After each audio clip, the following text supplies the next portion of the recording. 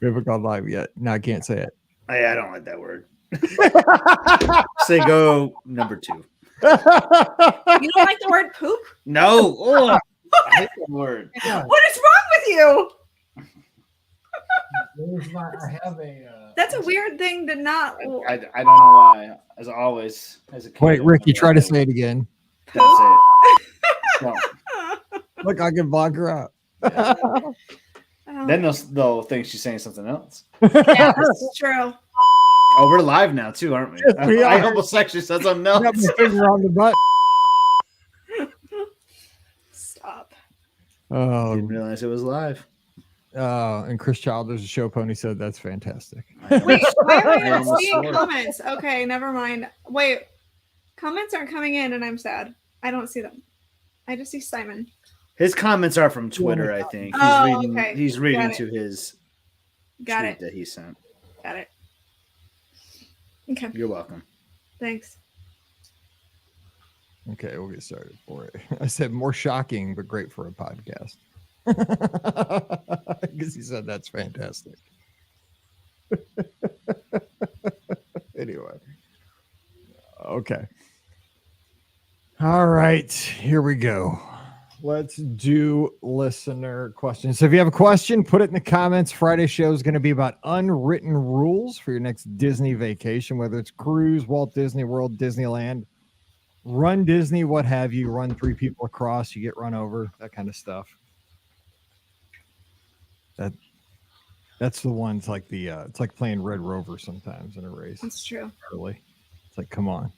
I'm busting through. I'm usually not going that fast, so I'm not busting through, but I want to. My unwritten rule is you should always buy the person behind you a margarita whenever you're in line. There you go. That's Oh, dude, dude, you're setting yourself up because everybody's going to hear this and everybody's going to get behind the dude in the. They're gonna find me in my bright clothes, and They're going to look for anybody that's in a Padres alternate jersey and hat. there's a lot of us. And that is not hard to find. I'm just saying. I wasn't the only guy on the Wish that had this on. That's Like, amazing. I ran into another cat. That is, unless you're sailing out of San Diego, shocking. Anyway, here we go. This is 20. That's the best alternate jersey out there. Okay. I'm not a fan of alternate jerseys. I'm traditional. I don't know, man. Okay, here we go. Welcome to episode 2389 of the Be Our Guest Walt Disney World Trip Planning Podcast. I'm your host, Mike Rawlman for BeOurGuestPodcast.com and one of the senior agents over at the Magic for Less Travel. Happy Wednesday to you. Hope you're having a great week and so glad you are here with us here as we answer your listener questions. We've made it to midweek, and guess what? This time next week, man, that turkey will almost be in the oven here in the States, and the football teams will be on the planes getting ready. Oh, man, it is the best, absolute best time of the year. Just got to get through one more week, so hang in there. We're halfway through this week, and things are looking good. So today, of course, answering your listener questions, and we have a fun crew here to do just that. So joining us from the mouseforless.com, where she did a quick trip. And I'm not talking about the gas station down the road here in Weldon Spring, Missouri, down to Walt Disney World. We have Rikki from the mouseforless.com. What's up, Rikki? Welcome back. Hey, yeah. First of all, you just gave me hives thinking about the fact that next week is Thanksgiving. So thanks for that. I love Thanksgiving. I love Thanksgiving. Bring on the stuffing. Yeah, but I have to travel with an infant on a plane, so you just gave me hives. So, You did that to yourself. by the way, So bring it. infant and a dog, so both are going on the plane. So Dog can go to a kennel. Oh, that reminds me, I need to go pick up my dog's medicine.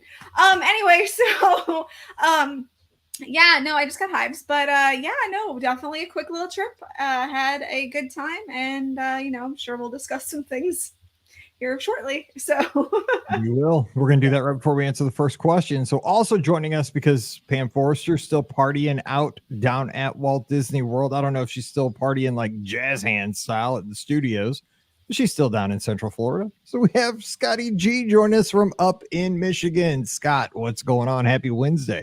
Happy Wednesday, Mike. Happy Wednesday, Rikki. And I'm just saying, infant and a dog on a plane. I need to hear a trip report on this. I Like agree. I don't care if it's I don't think it's Disney related. You're probably going back to Missouri or something. I am, yes. But still, we can tie that to Walt in some way. But I have to hear the infant and the dog trip report because that's a lethal combination when it comes to travel. You throw a snake on that plane and you got a blockbuster movie. If right? Sam Jackson is first class on that plane, you better watch out. I mean, it's Southwest, so he probably won't be because there's no first class. But if Sam Jackson is on my plane, I'm definitely in trouble. So I'm driving. I'm driving. I'm just gonna be like, you know what? Never mind. I'm just gonna get off now. Thank you. Yeah.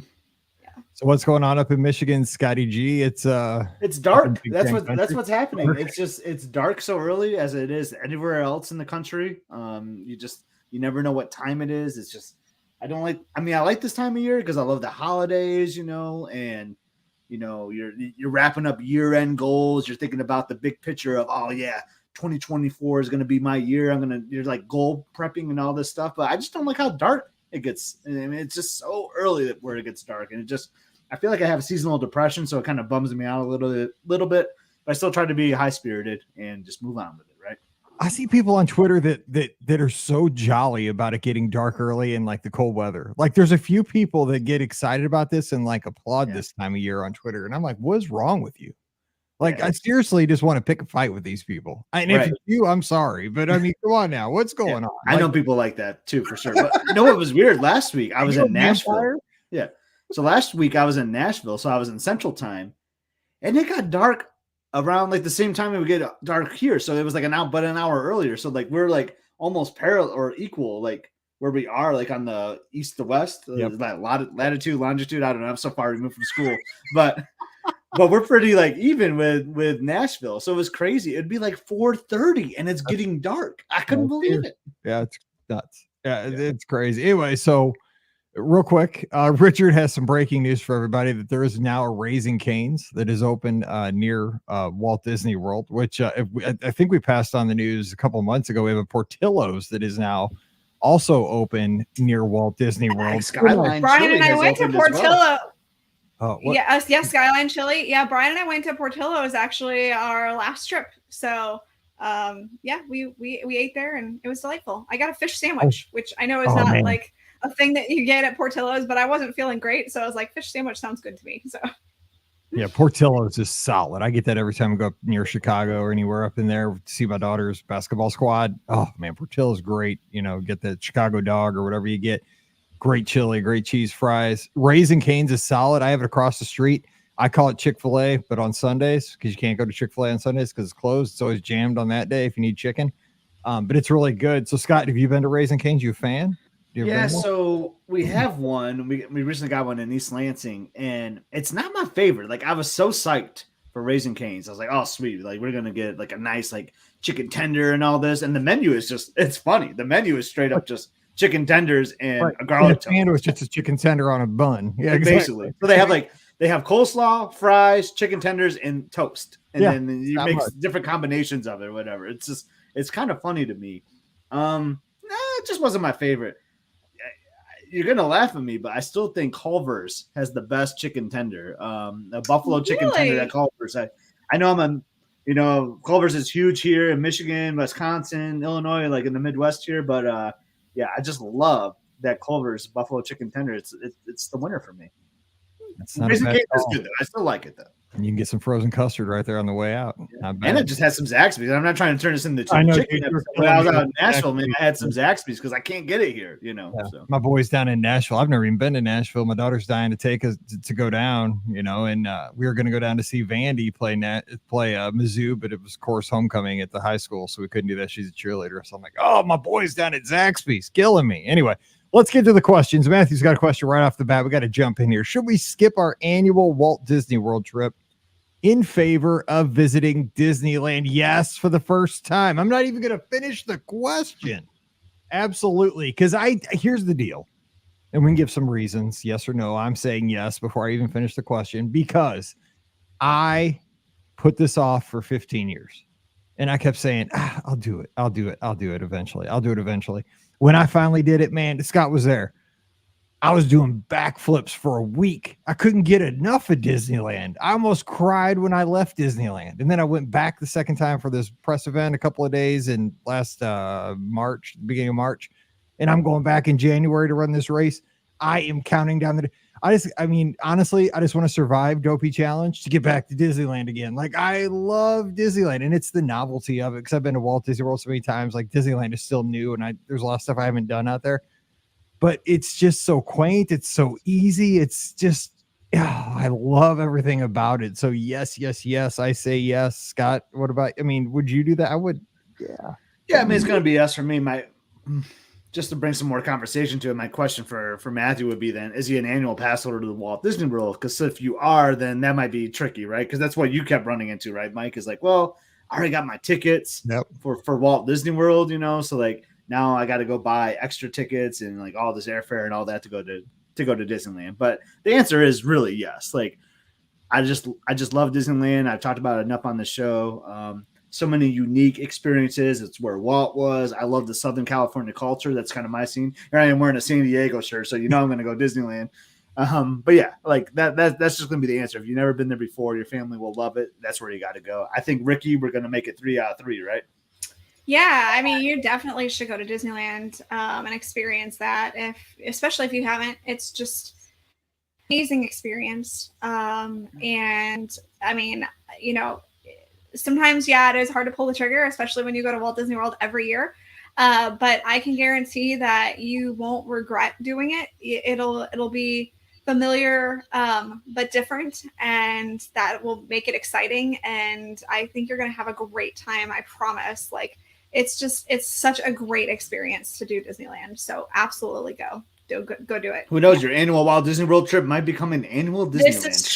This is true. Yeah, definitely. I have to say, I'm seeing that with some of my guests at the Magic for Less. Like, they're like, I've never been there before. I'm going to start going there more. And the thing is, Disneyland is touted as the locals park, but I think that I just think this is going to happen is people discover Disneyland, like myself. I'm looking at myself, but I'm also looking at a lot of the guests at the Magic for Less.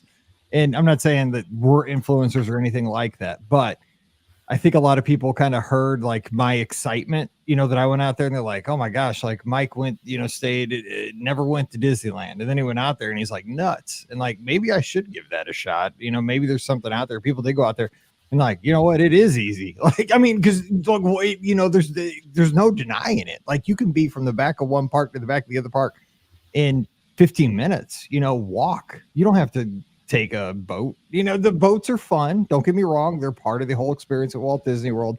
It's just something different. It's not better or worse. It's different. The climate's different. But man, is it not that this should be a major factor, but I think the loss of Magical Express plays a role in that too, because that was a nice thing going to Walt Disney World. If you're staying on site, you already had that built-in transportation from the airport to get you to the resort. And now, like, because you didn't have that at Disneyland, really, but now, like, it's kind of equal playing fields. Either way, you're going to have to get like some kind of car rental or ride share. So your transportation is going to be the same at both coasts. You're not going to have that extra benefit of the built-in transportation. So that kind of plays a factor too. What really got me was when, COVID kind of hit in my family. We had all 3 or all 4 of us, until Paige moved out. We all had annual passes, all 4 of us, until COVID. And then once COVID hit, I'm the only one that renewed my annual pass just because of circumstances. Mallory wasn't able to go as much because of high school sports commitments. Paige was gone. She was in Chicago, Mizzou, whatever. So I was the only one. Then, like you said, only one of us had tickets to Walt Disney World that had a commitment. So then it was, opened up the opportunity. It wasn't like the old days, like all 4 of us already have tickets. So that was, with sometimes circumstances give opportunities. Rikki, let me jump in and ask you, because I want to get Matthew's question while he was in here, because he's live on Facebook.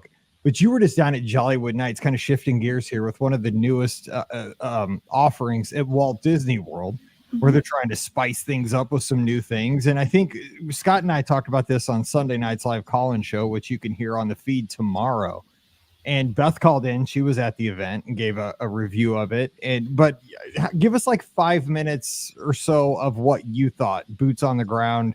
What did Disney do well, and what could they work on at this event? Yeah. So I know there's obviously been a lot of talk about Jollywood Nights on the socials. I've been kind of reading all the reviews, and, even though I was there, I've been kind of curious to see what other people thought.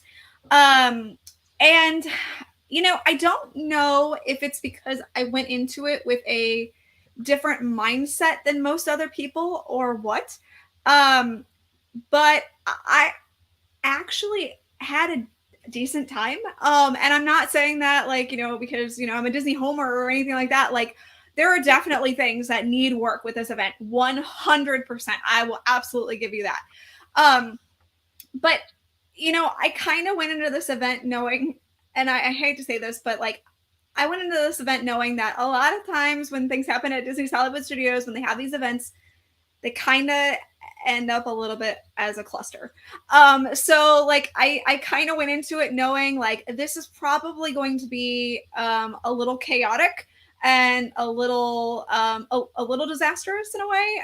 So I think having like that mindset, I was able to enjoy my experience a little bit better because like I knew that this was the first time they were doing the event.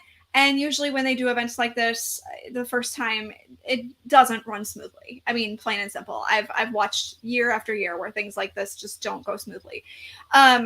So there's definitely some good things. I went into it with a couple things in mind.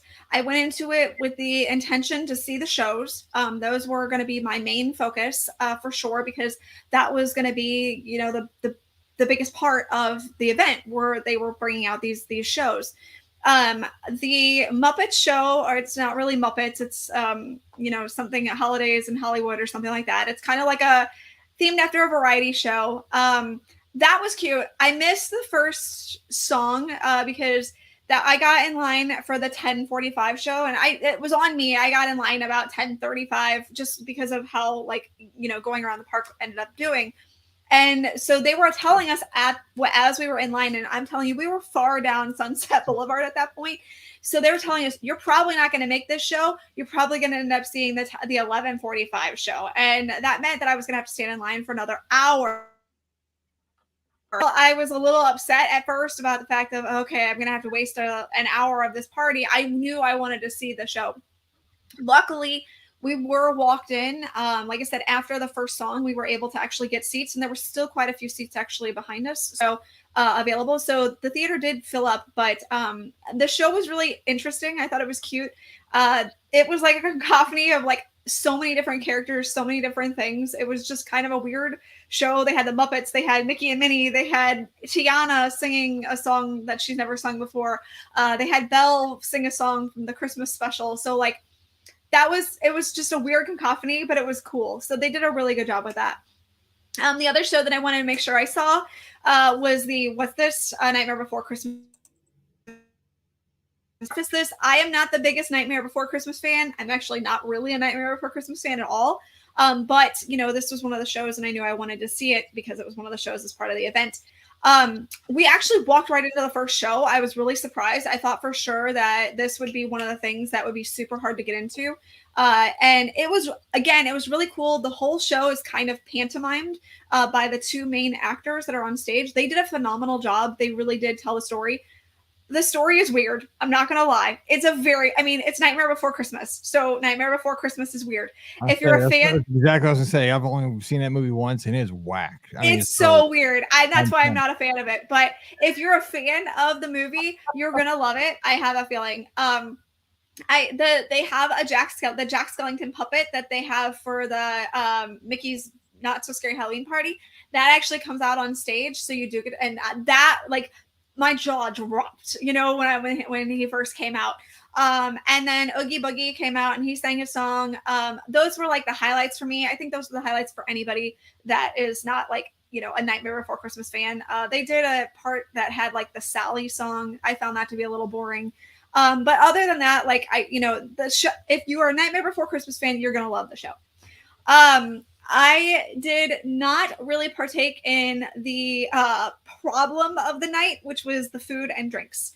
If you went in there hungry, you were going to be sorely disappointed. I was looking for the Donald Duck Sipper, so I got in line for the ABC commissary, and they did not have it there. So but the line for the commissary, I mean, it had to have been at the beginning of the party at least 30 to 45 minutes long. That was probably just for the grilled cheese. The buffalo. Well, they don't have that. It's no, they don't have none of the food that is at the party is food that's served during the day. None of it. Not a single thing.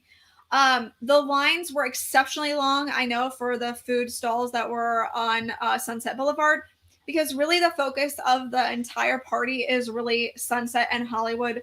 And that, I think, hurt it a lot, because they could have spread things out a little bit more to say that area over by the Muppets. Yeah, that's what I'm thinking. Yeah, like there was like hardly there was by Baseline Tap House. There, yeah, they had some food at Baseline. Whatever. We got food at Pizza Rizzo, and I'm telling you, if they That had the wild food, looking that pizza with the jalapenos or whatever. it was olives. Yeah, if they had whatever that was, like, that was interesting. If they had the food at Pizza Rizzo that night all the time, like I go to Pizza Rizzo all the time. It was fantastic. I liked it a lot. But there was nobody over there at Pizza Rizzo ordering food. They were all on like Sunset at getting food there at ABC Commissary. So like everybody went there.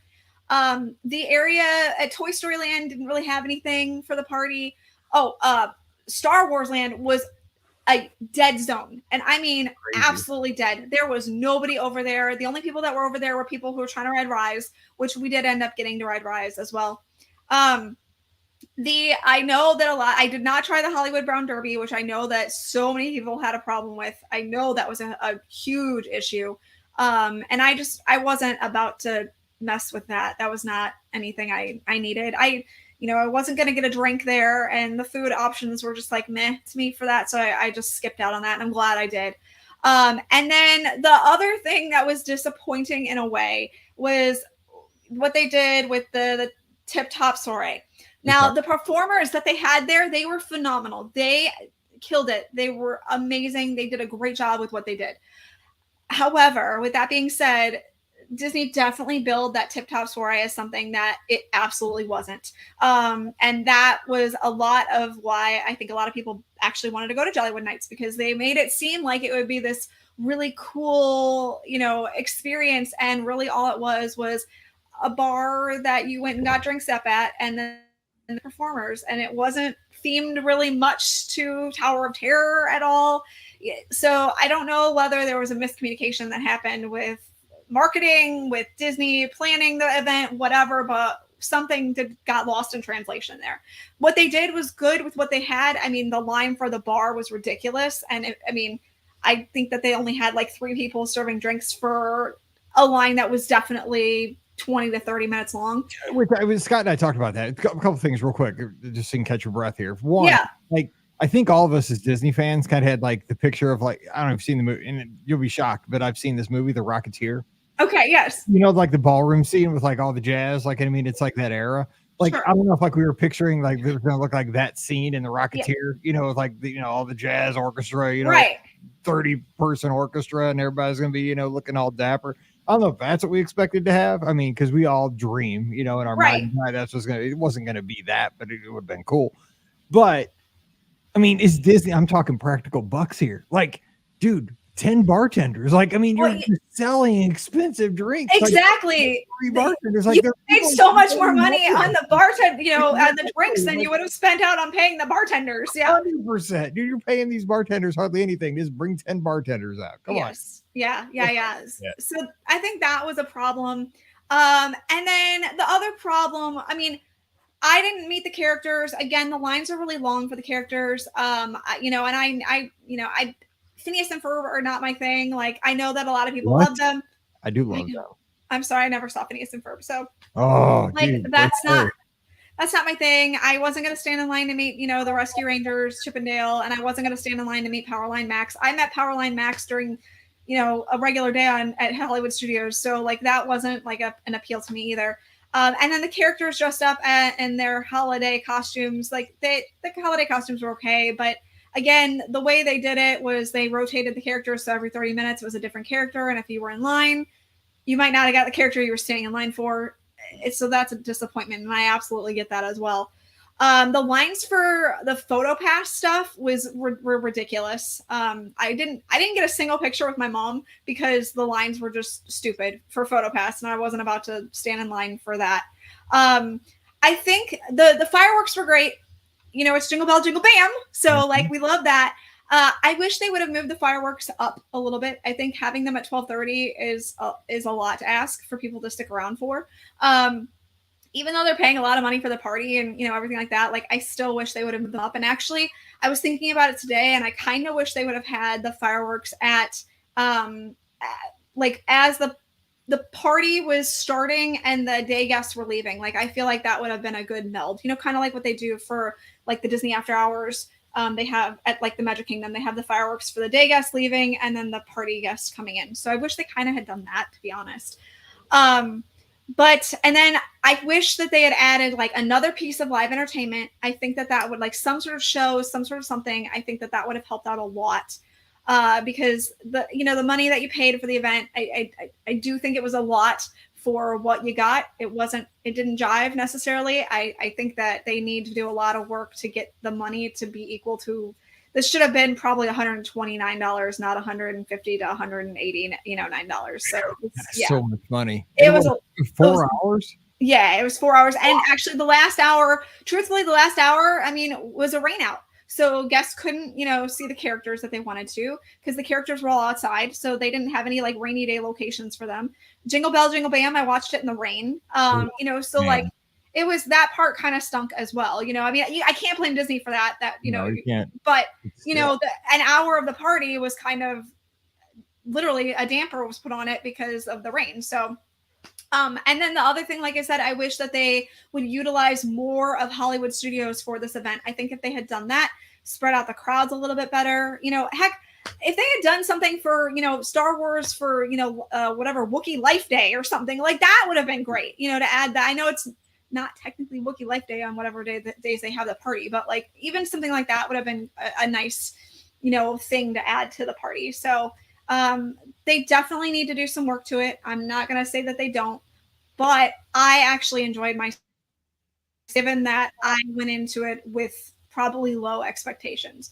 And I think a lot of people went into it with very, very high expectations. And that's why a lot of people are very disappointed. And not that I can blame them. Like I said, the amount of money that you spend for this party. When you pay that much, you're going to have high expectations. You should have high expectations, but I know Disney's track record with these new events, and that's why I guess I went into it with very low expectations. So I enjoyed myself. So I think it's a good review. I mean, it's fair. I mean, you told what they did well. I mean, Disney's going to learn. I mean, obviously, even if you're Disney, when you put on a first time event, you have to learn, there's growing pains. And like Scott and I said on Sunday night, I think this was an extremely difficult, sold out very first event because of the dynamic of the crowd, right? And you know what though? You had a lot of people that were all fighting to be first to get it on social media. Everybody was on the same track. You know what I'm saying? Maybe at these other parties, people will be more spread out because not everybody's trying to be first. Though truthfully, I didn't, and maybe it's just me. I didn't see. I mean, I know there were a lot of bloggers and vloggers and influencers and stuff like that. Like I didn't see a lot of that. I saw a few people, of course, and I saw some friends of ours too, who do that. But like, I didn't. It wasn't like, to me, it wasn't overrun with those. And I guess I am kind of one of those kind of people, but it wasn't overrun with that kind of atmosphere. It was a lot of people trying to get, like, all the food was just in one place. They didn't even have Backlot Express open. I feel like if they had Backlot Express open to take some of the brunt of the, that's a great place too, because it's so big. Exactly, it's so big, and they would have had so many people able to spread out. Yeah. I feel like if that had at least been open and had some food options there, but so many of the food options were in so many of the same places that like you just couldn't spread out, and everybody congregated in the same places. So I think that was a big problem as well. All right. Last thing on that is the thing is Disney's a logistics company, whether you like it or not. I mean, obviously they're an entertainment company first, but they're logistics. I mean, they get people from point A to point B. They got to get, basically that's what they're doing all day. Like they're getting you from Pop Century to the Magic Kingdom. They're getting you, they're getting food to restaurants, and I mean, they're logistics. That's exactly what they have to do day after day. like with passing out credentials for a party. Like they need to do better. Oh, that was a nightmare too. I know they need to be better at that. I mean, they know exactly how many tickets they sold. They know like they need to spread that out. Like you said, I mean, they got this in the park, Backlot Express. That is a great venue that is very spread out. Use it. Come on now. Yeah. Luckily, I went with my mom. She doesn't have an annual pass. So like I kind of got lucky because we ended up, I couldn't get her in until 7:00. So I wasn't one of the people who was in the park already waiting to get credentials. The people that were in the park, they waited 30 minutes, 45 minutes just to get their lanyards. And that's way too much. It reminds me of the Very Merry Nights at Disneyland when it took me like an hour to get credentials for that first party. And there's no reason for that. Like you should have more than one place to get credentials for those kinds of parties. Absolutely. There's no reason they had it should be like those blue umbrellas, like for the true. It should be actually. I'm still here, by the way.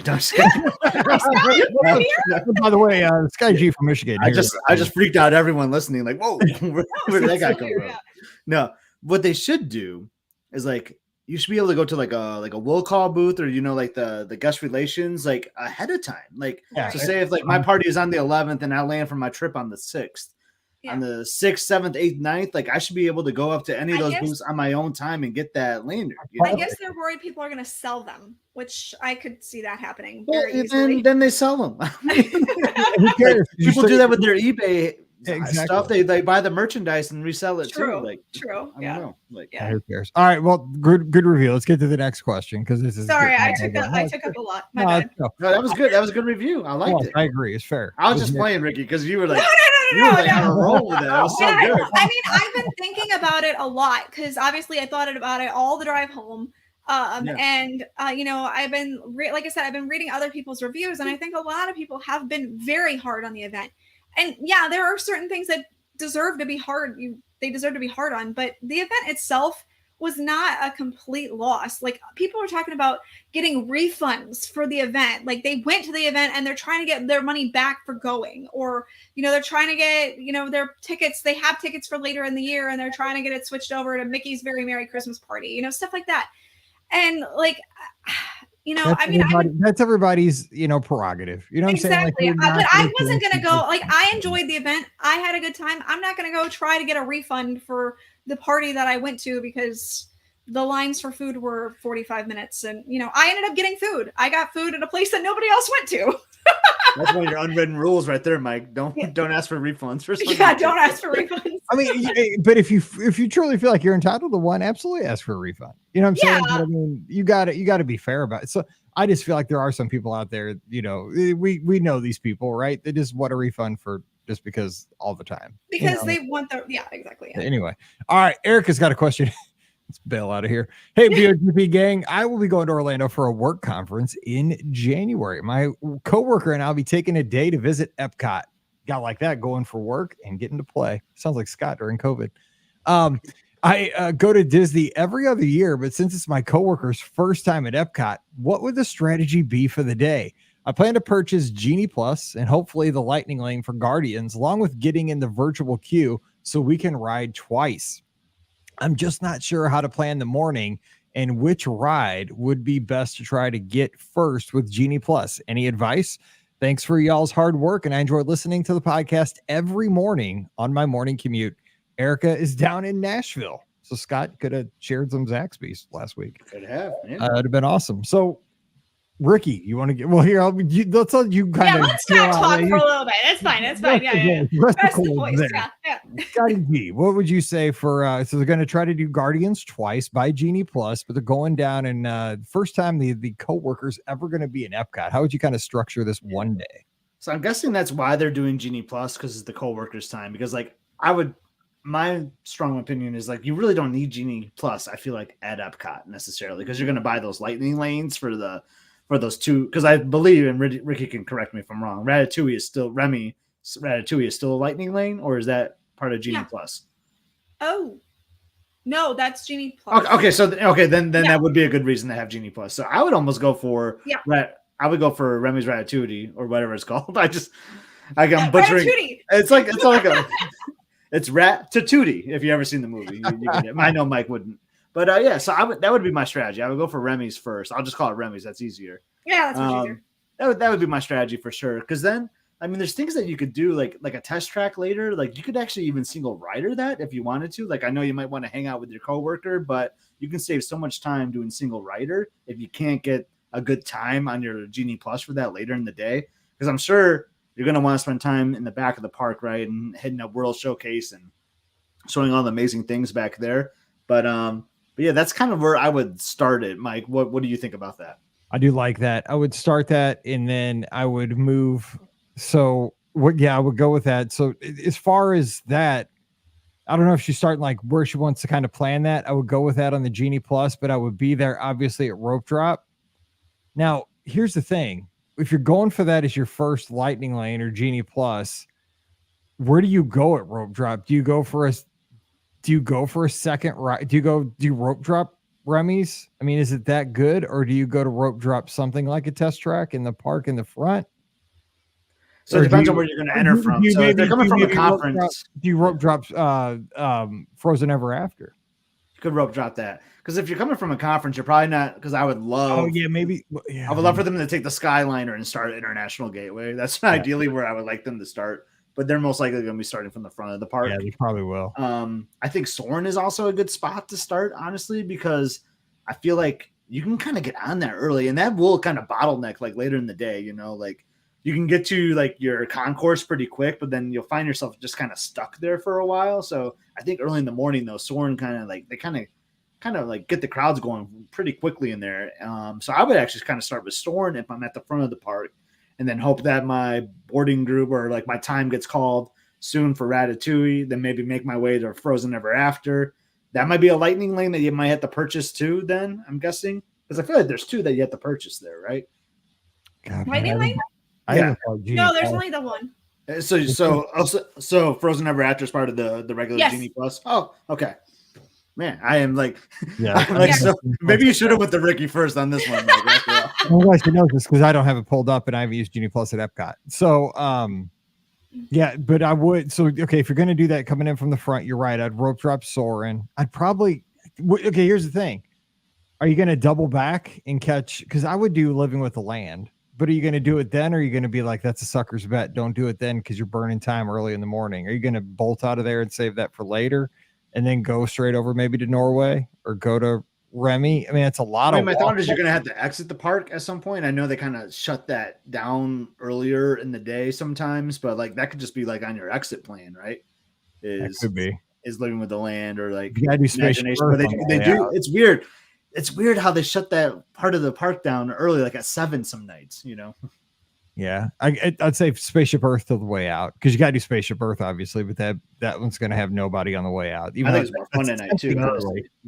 Yeah, you got to do that. Yeah, test track, that's a tough one, man, because you could go. That's why I think you got a single rider test track, and then the problem is like a lot of this depends on when your virtual queues are being called. That's true. That's the whole thing. For Guardians could totally throw you that off. actually kind of drives your plan to a certain extent, like what. Because I know you want to do it twice, which I highly recommend. I love the idea of doing it twice. It's the best attraction in Walt Disney World right now, besides Impressions de France. Make sure you do that. That's in the evening. But yeah, so that's really going to drive like what you're doing. You know, when you think about it, like when those boarding groups hit.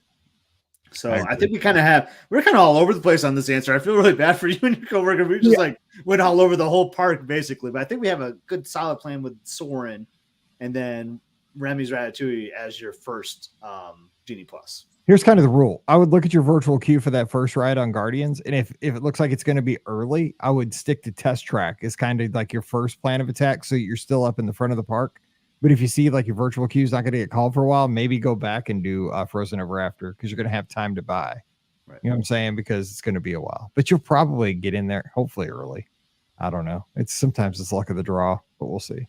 Either way, you're going to have fun. It's going to be awesome. You're going to be hanging out with your coworker at Epcot. I mean, I always say every day at Epcot is a great day, and this is going to be a great day. Yes, it is.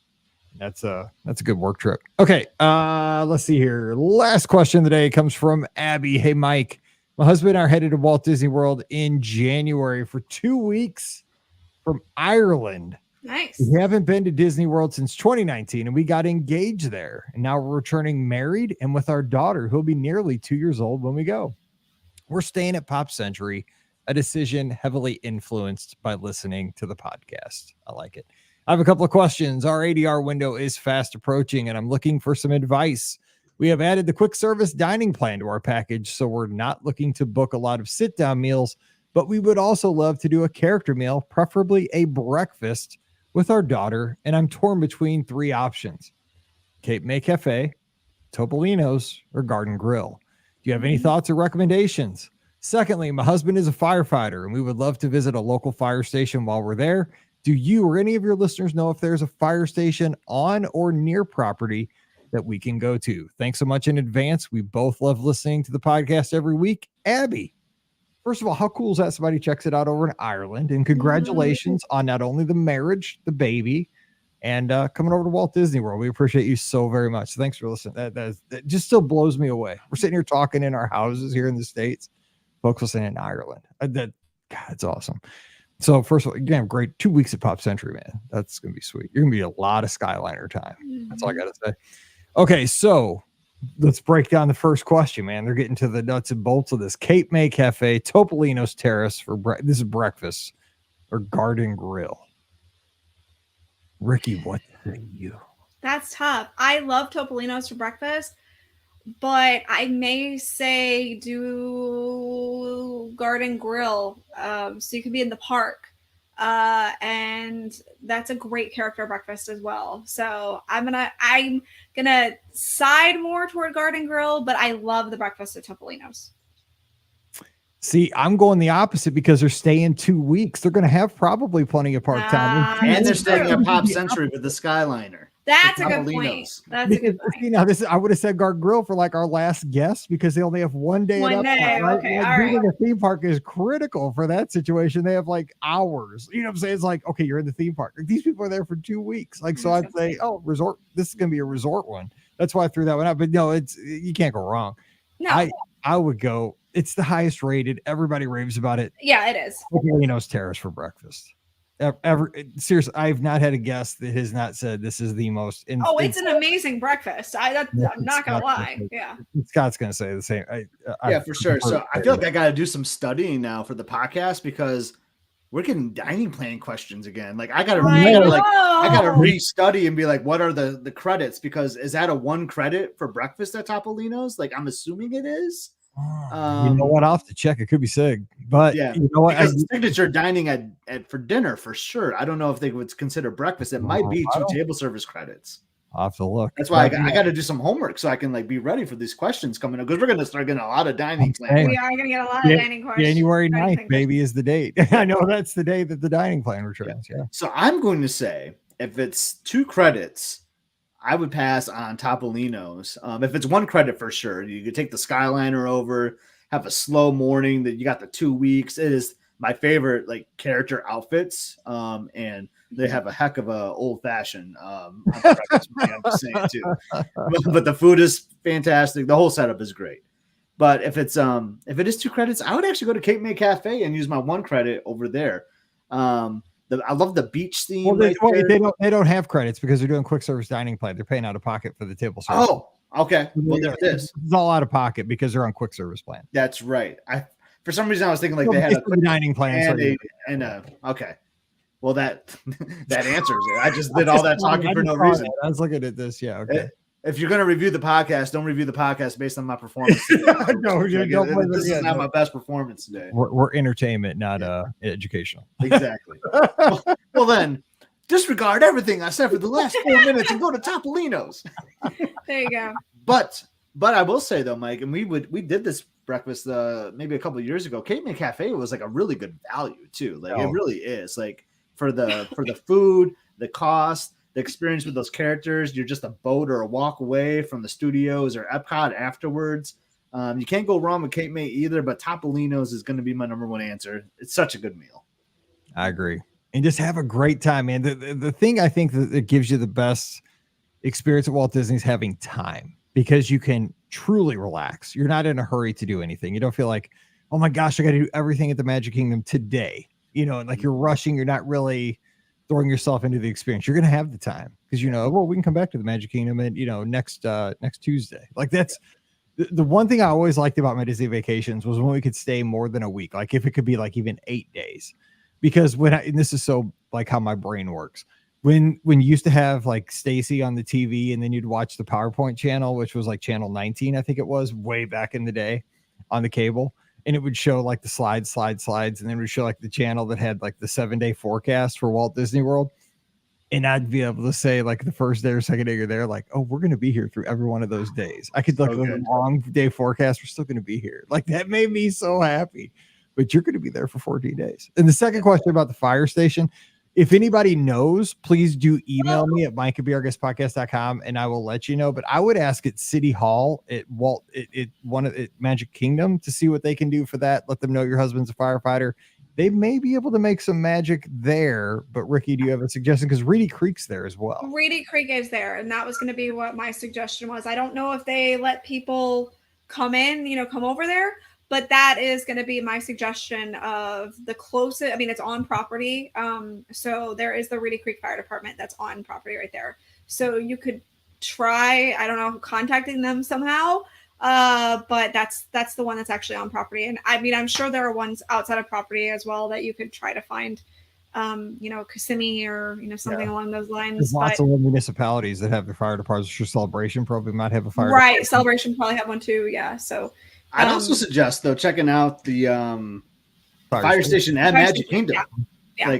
Like I've learned this patches and stuff like that from different fire. Yeah, and you might be able to, if you go to City Hall, you might be able to give them a patch, and see if they can put it with the patches at the fire station on Main Street. So I don't know if they still do that, but.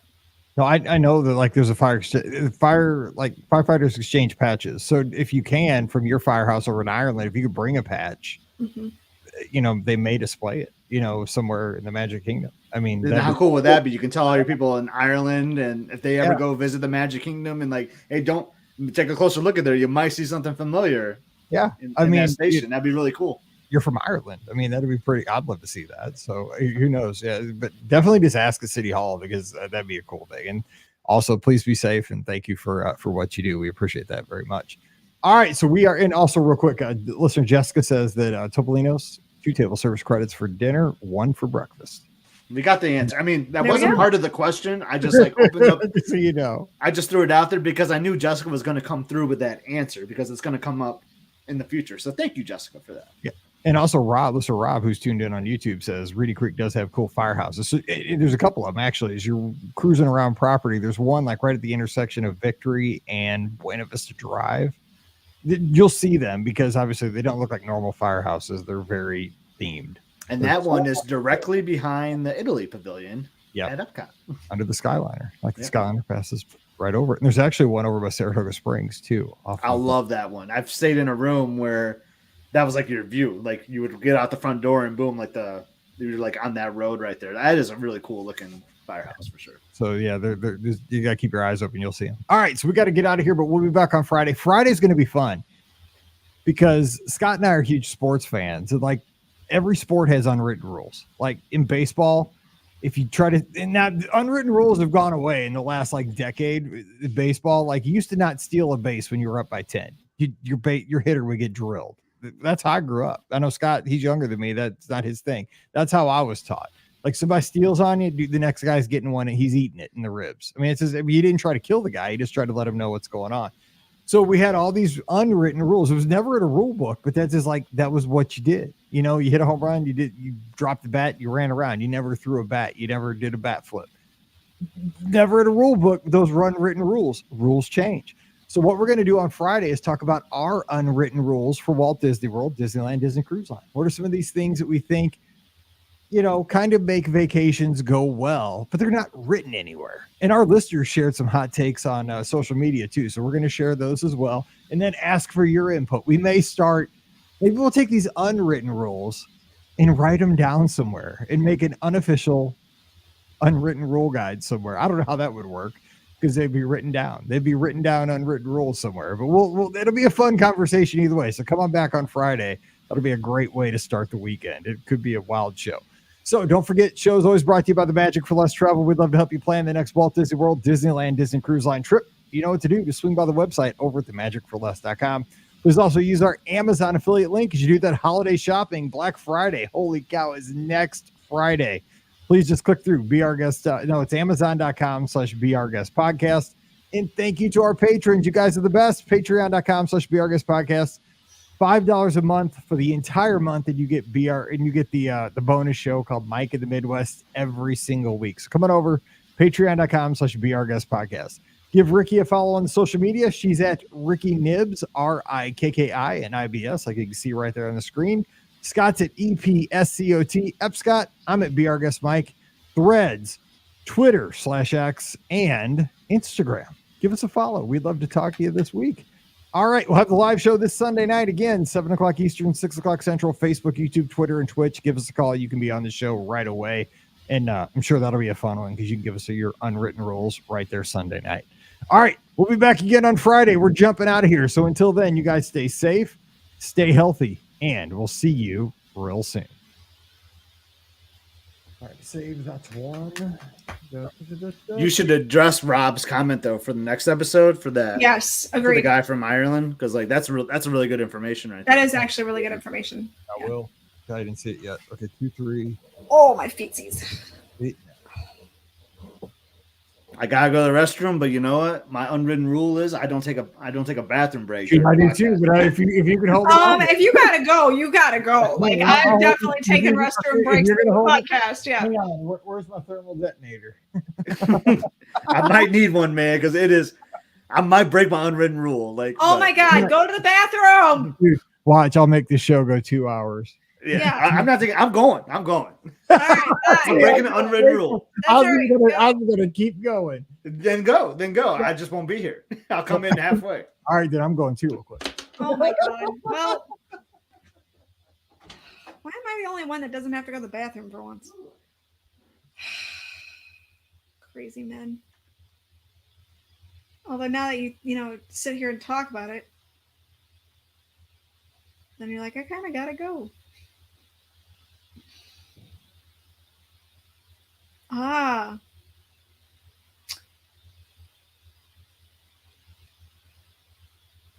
If anybody has any questions about Jollywood Nights while I'm sitting here, I'll be happy to answer them.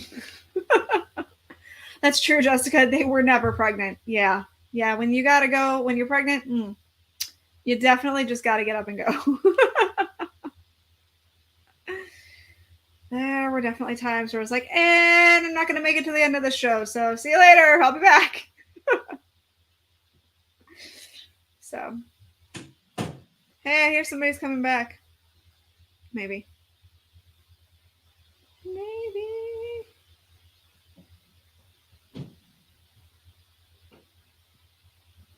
Mike beat Scott.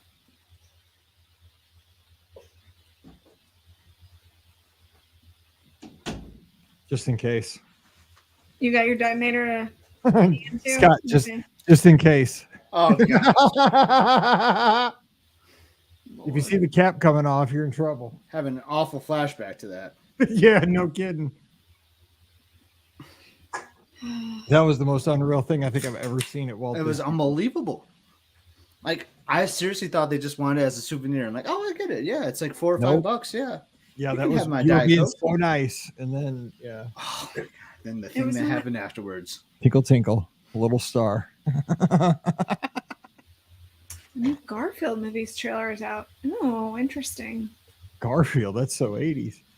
No, I used to watch the show that was on in the 80s, the one that had like Orson and I don't know, Scott, do you remember that one? I don't.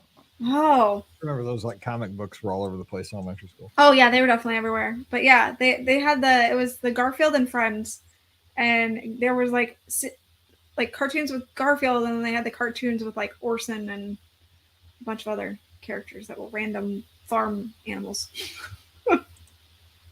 Here we go. Ready? It's gonna be fun. Let's go. Let's do it. This one's not gonna be as long. I promise you. Well, he says that now because he just went pee. Yeah, I got time now, man. All right, I got Rumbly and the Tumbly. Here we go. This is 2391. Story of a girl. Cry to river and drown the whole world. Yeah, there you go. Because you're like, this is. We won trivia. We won trivia on Saturday night. So what's up? And they played songs backwards was one of the categories. I majored in songs played backwards. I would destroy you. Well, so I was good at it too because I was a DJ, right? And I had to cue songs. And so I'm like, oh, dude, that's easy because I had to cue songs and you play them backwards when you're cueing them. I love backward songs because it was like Word Up by Cameo. I'm like, because it goes. I was like, oh, that's Word Up Cameo, and then it was like Rick Astley. I'm like, dude, how do you know? It's like 2 seconds. I'm like, that's easy. Hook. It's the hook. Yeah, it's so easy. Anyway, here we go.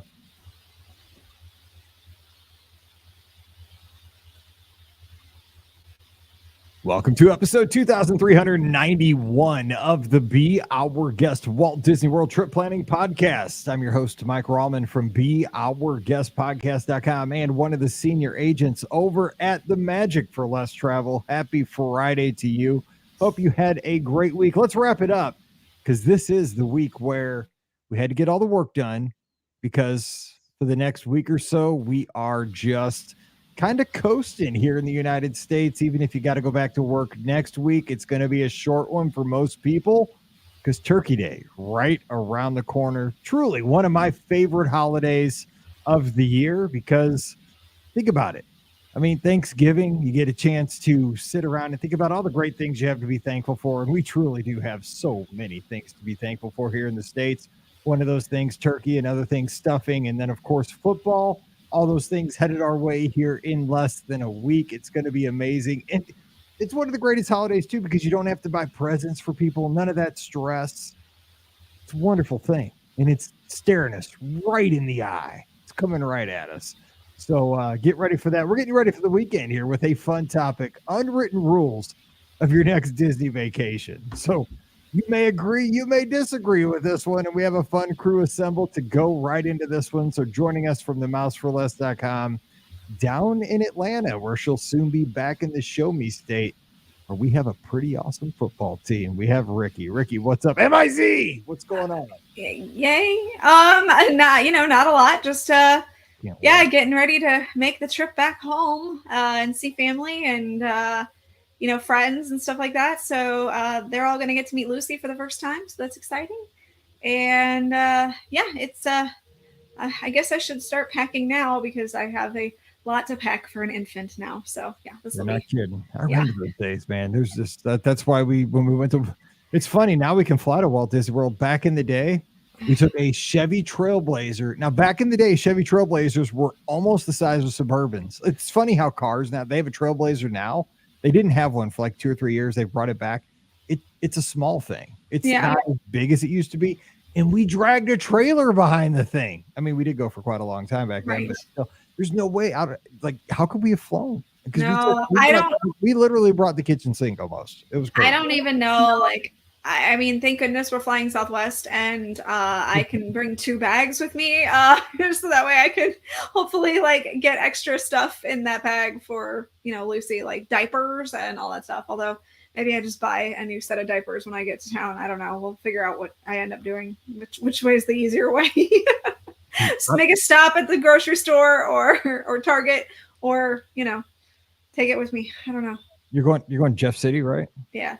They have Walmart. Yeah, I'm all aware that they have Walmart. Yeah, so Central Missouri, they probably have lots of Walmarts. They definitely have lots of Walmarts. So. Anyway, we're taking on the Gators this week, so okay.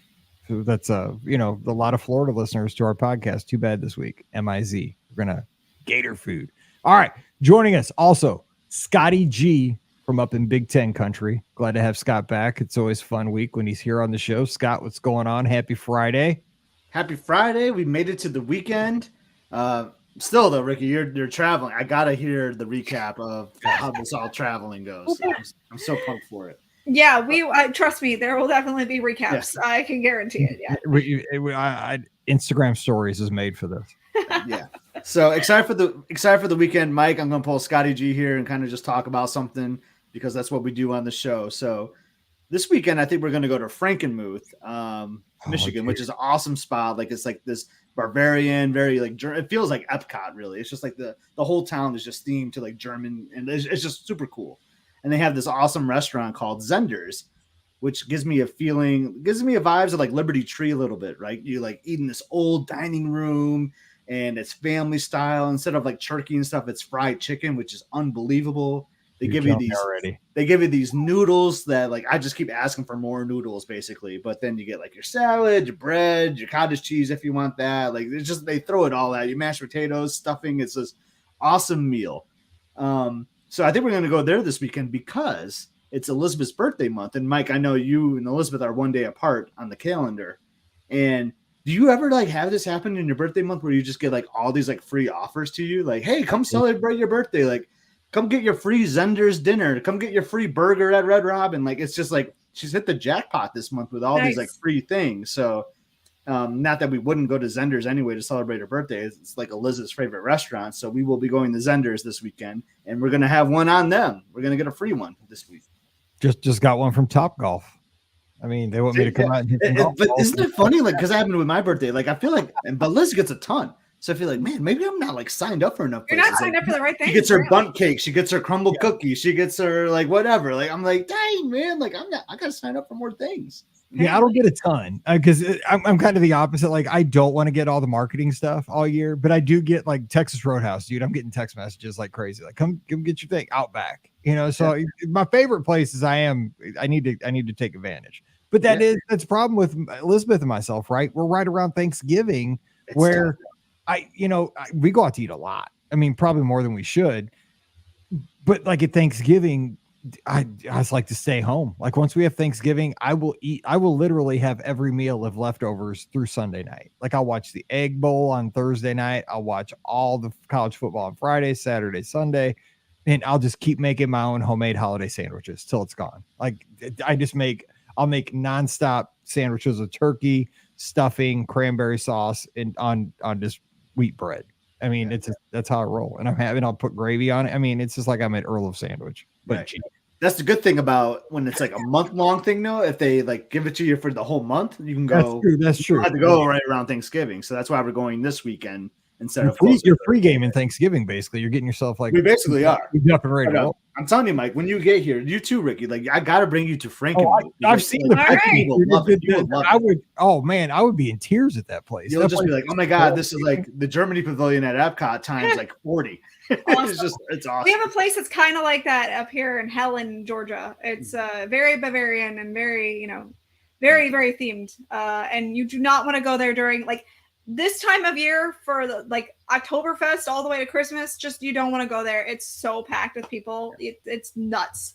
So yeah, we also have Bronner's, which is the world's largest Christmas store in that town. Nice. That's where I always get my Be Our Guest ornament exchange ornaments are at Bronner's. So I assume we're doing it again. I just want to. Okay, here let's throw it out there. I was wondering that too, but I didn't want to bring it up. I don't have it official yet, but just know it's coming. Okay. The Christmas card exchange is coming, and I know that one for sure. And I'm sure that I will get with Michelle about the ornament exchange. If not, I'm sure I'll be doing it. But I'm hoping that she'll help me out again.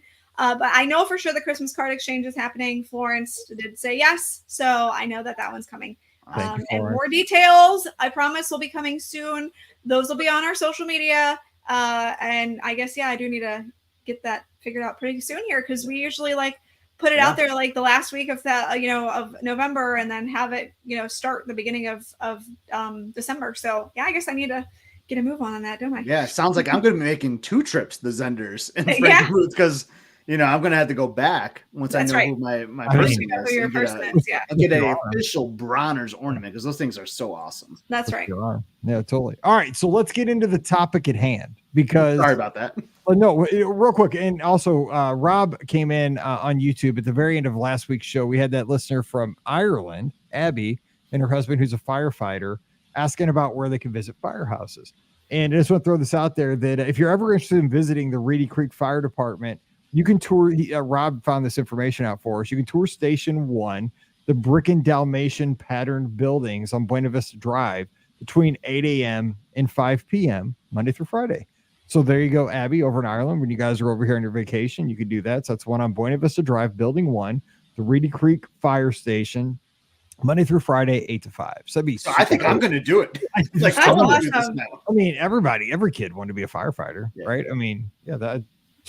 Can you see it? Marathon weekend, 200 lizards show up to the fire. Hi, we'd like to tour. Like, imagine, because that's such a cute like building. Like, we do like a group photo in front of the station. I'm just saying, man, it sounds kind of awesome. I'm like, can I get in the truck, or can I go down the I'm gonna talk to Joe about this. Yeah, I think you need to go with Joe. Because Yeah. so far the best picture over a marathon weekend's the one at Trails and outside the recreation of the photo in the men's restroom. That's probably the best. But I think we should do that annually. Honestly, we should repurpose it every year. We've looked at 10 years of lizard memories. That's right up at the top. So that's what we've been looking at over on the Facebook page over the past few weeks. Okay, anyway, so we got to get to these unwritten rules.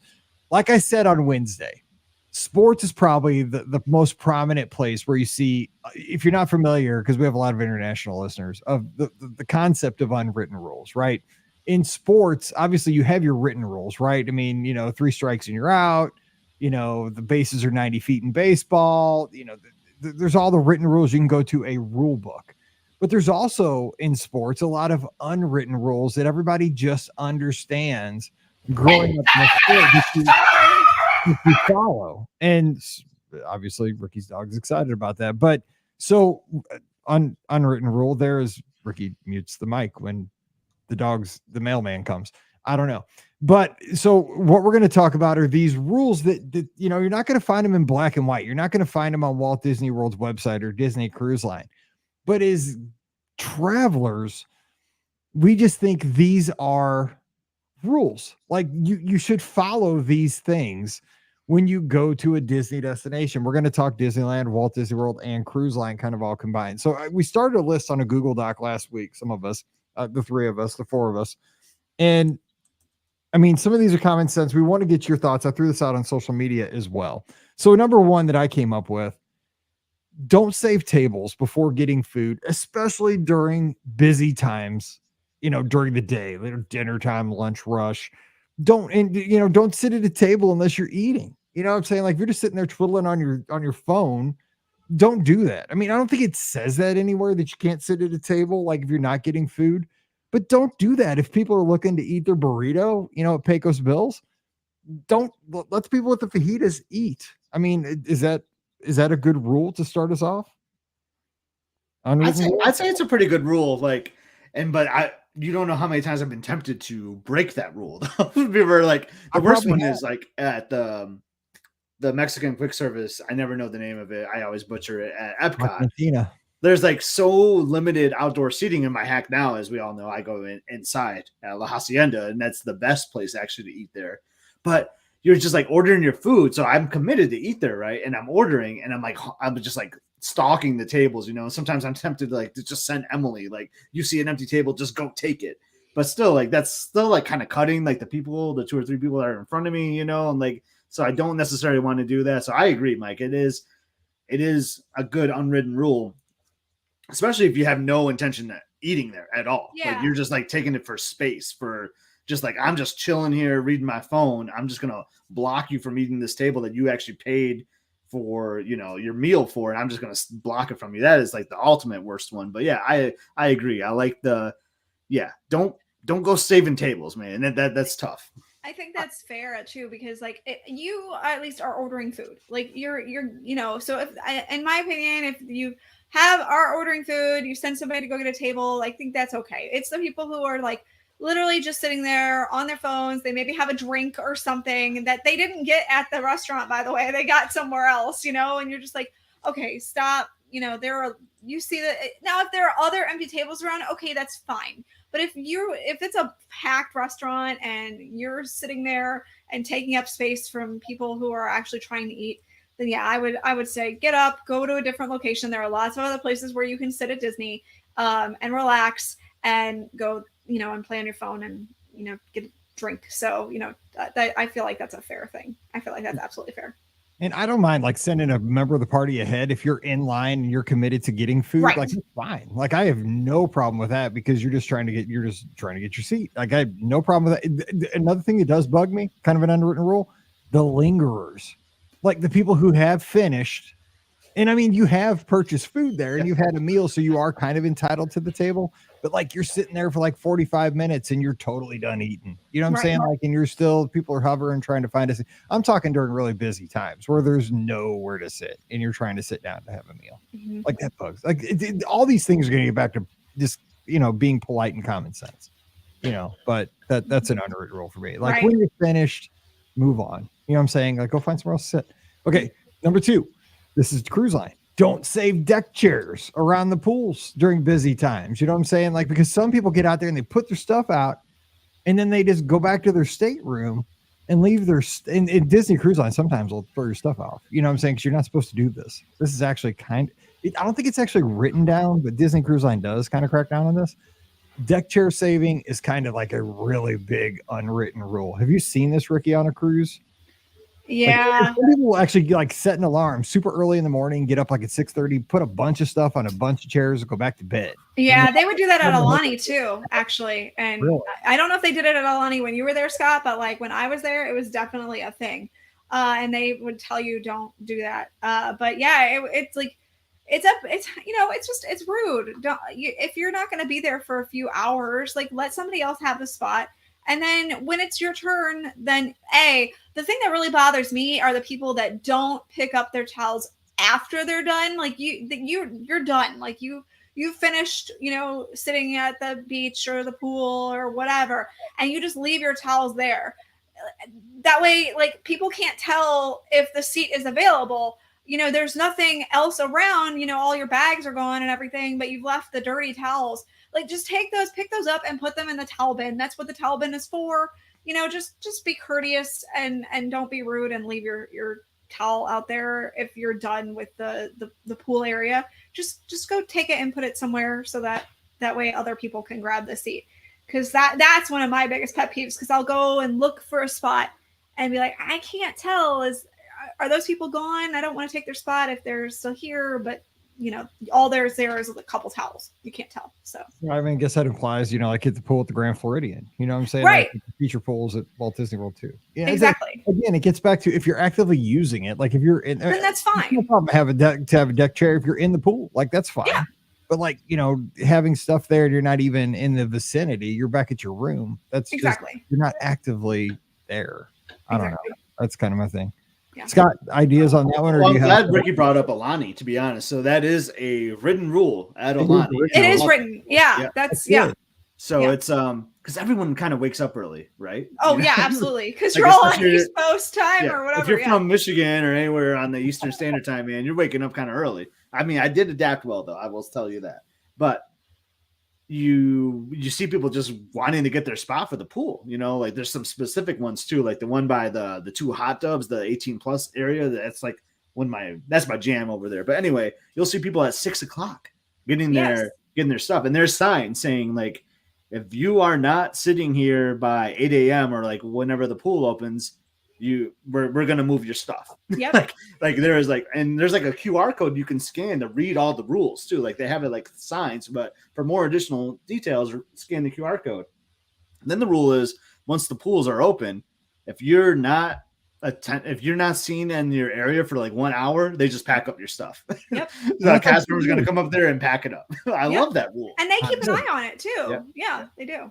But I will tell you, not to go down this path, but the best thing about Alani, like we're just in the pool, we're staying there, we're gonna go back to our room and change all that. Like sometimes, we did want to lounge a little bit, but they have cubbies where you can just go in and put your bag, put your shoes in, and then boom, you just go. There's tons of cubbies all over the place. Nice. And I loved that. That's a proactive. That's a solution to the problem, which I like. That's a proactive solution to this problem. I like. Yep. That. So we're just hanging in the room, like, hey, want to go in the lazy river for an hour or whatever? We would just go down, put our shoes and our towels in the cubby, do the lazy river, get out, dry off, and then just boom, go back to the room. We didn't really even need it, That's and awesome. I would hope more people would do that instead of just they do that on the cruise line too, with like the Aqua Mouse. They have exactly. It's very similar to that setup. Yeah. So that's nice. So that's a good. But I agree, like it's a written rule in Alani, but unwritten at the resorts and cruise line for sure. Like you just don't do that, right? Yeah. It's just like some people feel entitled and some people like don't, and then it's like the people who are kind of more timid and just kind of get taken advantage of, I think. Anyway, all right, Scott, give us one. So you can go off the list that we kind of made in the Google Doc, or just something that's off the top of your head, an unwritten rule. I got one off the top of my head. I'll share the specific rule with my family, but I think a lot of us have an unwritten rule that you have a park that you go to first. Like you just, like with the gardeners, I don't know how it worked out this way. It's just where we went on our first trip. It's where we went on our second trip. And then all of a sudden I started picking up a pattern. I'm like, oh, that's weird. We always start here. So my unwritten rule is you always start at Epcot. You just got to, and kind of with that, I'm going to tie it into my unwritten rule is yes, I go towards Mexico. That's definitely the correct unwritten rule. Yes. I got to give you the bell on that one because I go to Mexico to World Showcase. If you're coming from Future, I still call it Future Rule. But International Gateway is hit or miss for me, like because I want to go to France, I want to go to the UK too. So like, there's no rule or unwritten rule for that. But yeah, the unwritten rule is you got to start at Epcot for your vacation. Not everyone agrees with that. You might be Magic Kingdom, but always stick to the same park. And then I'm going to tie it in with Epcot World Showcase. You always got to go towards Mexico, man. That's an unwritten rule for sure. Yeah, I mean, occasionally I'll go the opposite direction. When I'm feeling crazy, but yeah, for the most part, you definitely have to go toward Mexico. I don't know why. That there's nothing going on over there by Canada. Like you got to get. There's more.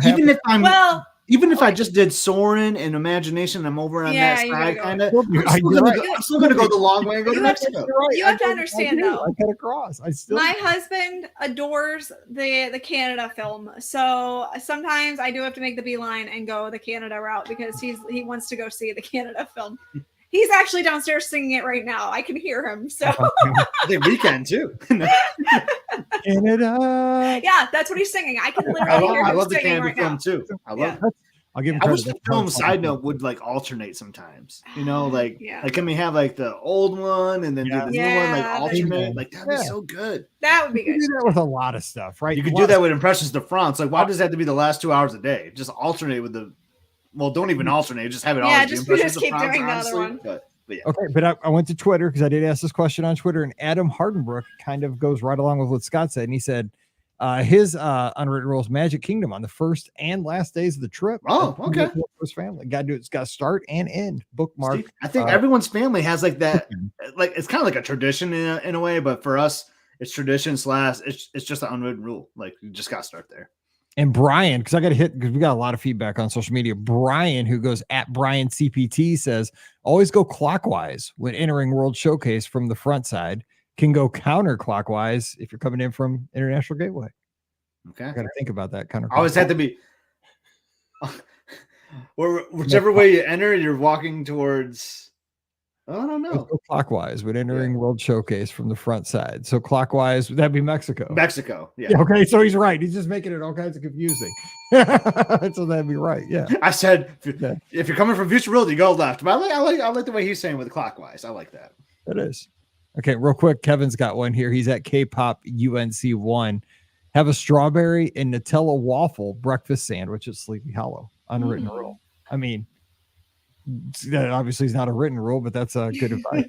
I like the rule. Strawberry Nutella waffle breakfast sandwich, Sleepy Hollow. I mean, that's just basic advice, but rock on. Yes, I like the rule. Yeah. All right, Rikki, give us an unwritten rule. What do you got? All right, so one of mine, and I wrote it down in our little chat thing, but one of mine, and it's not something that I do all the time, but I try to be cognizant of who's behind me when doing this. But when seeing a show, I wear ears all the time, and I do tend to try to take my ears off, especially if there's a kid behind me, so that way they can see, around me when watching the shows. I'm a shorter person, so like I'm always inevitably stuck behind the tall person, and then that person's wearing ears. So like I'm always like, I can't see around anybody. So I kind of I try to be cognizant, even though I'm on the shorter side of things. Especially if they're kids, I try to take my ears off just so that way, they can see around my big fat head. Right along with that, I will say as a tall person, when I go into a show like a Muppet Vision 3D or something like that, like an Impressions de France or American Adventure, like I'm usually with like a party of 4, I'm with Scott's family or my family or something.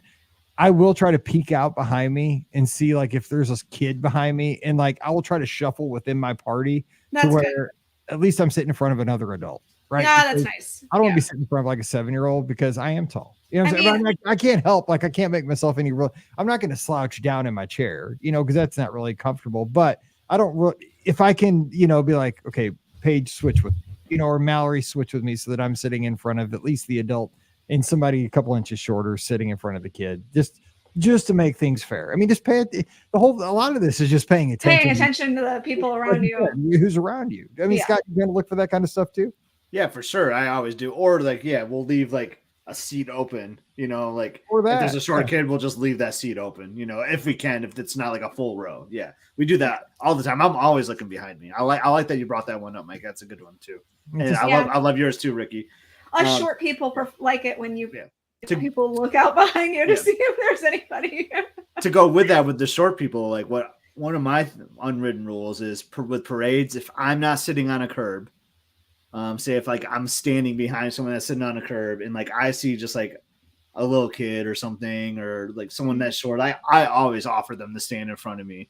I just think because I can still see over them. It's not having them behind me or in front of me is not going to distract my view at all for a parade, and it's going to make their experience that much better if they're behind me. I'm not tall by any means, but if it's a kid, obviously I'm going to be taller than them. So I always try to look for kids around me. And I asked their parent, hey, is it cool? They can stand in front of me. That's totally fine. So I try to do that as much as I can. I agree. You know what, too? All three of us have probably seen all the parades 20 plus times. You know what I'm saying? So we don't have to, you can get a kick out of a kid that has never seen the parade, getting to see their favorite character.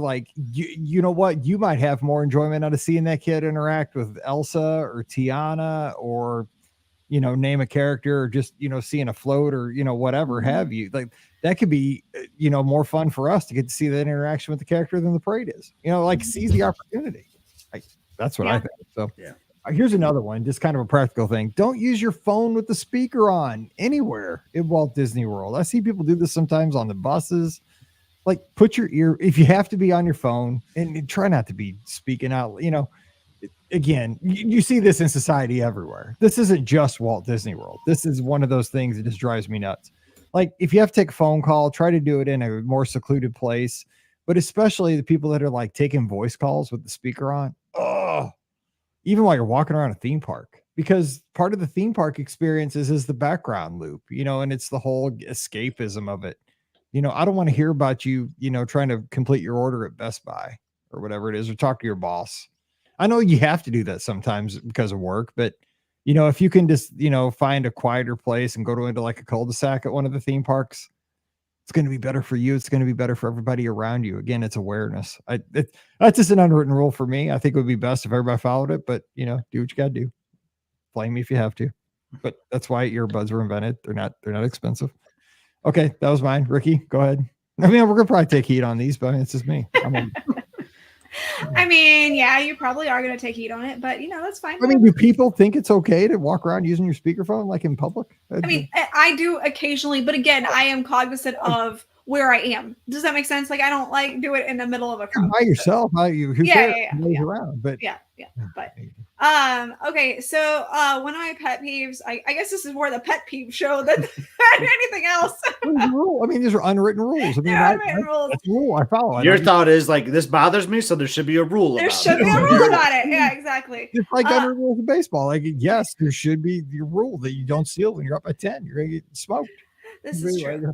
This is true. Yeah, so is Rikki gonna smoke someone if she doesn't do this? I got to hear what it is. I want to smoke some of these people that break these rules, but I'm not going to. But sometimes you just want to rear back and give them a little, one in the ribs. But I know.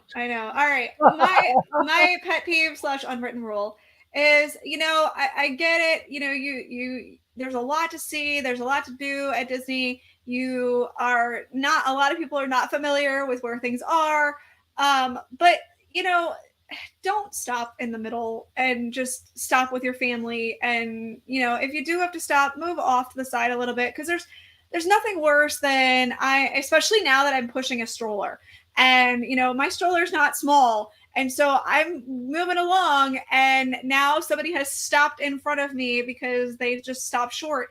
And now I'm ramming into you because not on purpose, but you don't ram people with your stroller. I'm not trying to, but if you stop in front of me, I don't have a choice. I'm moving along, and if I'm walking without a stroller, it's a lot easier for me to stop. But if I've got the stroller going and I'm pushing it, I'm moving. So I try not to hit people with my stroller. And the same thing happened. I don't know if many of you know, but obviously during my pregnancy, it was not a very easy pregnancy. So a lot of times we actually I used a wheelchair, and Brian would push me in the wheelchair because I couldn't walk around the parks for very long. So I did use the wheelchair for a lot of it. And again, people would just like stop in front of me, and I'm like, what are you doing? I'm like, you can't just get over, like move out of the way. If you have to stop, if your family is like trying to figure out where they're going, just move over a little bit. I really don't want to run into you. So like, it's just, it's a lot easier, again, like I said, for me, if I'm walking,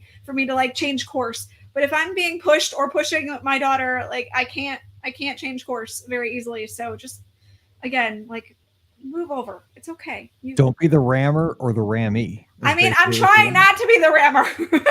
I don't want to be the rammee either, though. So. I don't want to hit you, but I know I've been both, because I've been the rammee, but I've also been the rammer back with Mallory back in the day, not on purpose. No, I've been the. Oh, I'm so sorry, because I'm not a. I don't have a license on this sucker yet. I know. I'm so a just new dad. Move off to the side. Just Exactly. move a little bit. Okay. Yeah. I have one, and this one I think this is the best one of the show. I think this is a problem. This one is a problem, and I don't think there's a solution for it. Okay, it's the bus corrals at the resorts, and I'm talking especially at places like Coronado Springs. Yeah. It's other resorts too. I mean, most of the resorts actually, where there's no queuing system, right? Okay, so say you're there first. Okay, so you just missed a bus to Epcot or whatever. Okay, so you're waiting like 20 minutes for the next bus, and people start strolling in, and more people start strolling in, but there's no queue system, right? So there's an honor system now that gets put into play as to who's especially like Coronado Springs if you're not at the first stop, and that bus is going to come rolling around, and there's only going to be space for maybe 7 people on the bus. But all of a sudden there's like 39 people, but you were the only one there at first. But now there's 39 people jockeying to get on this 7-spot bus. There's an unwritten rule system there that not everybody plays by the rules. And that's where people want to just get knocked down and dragged out. So you have to kind of, unwritten rule says you pay attention to who was there before you. True.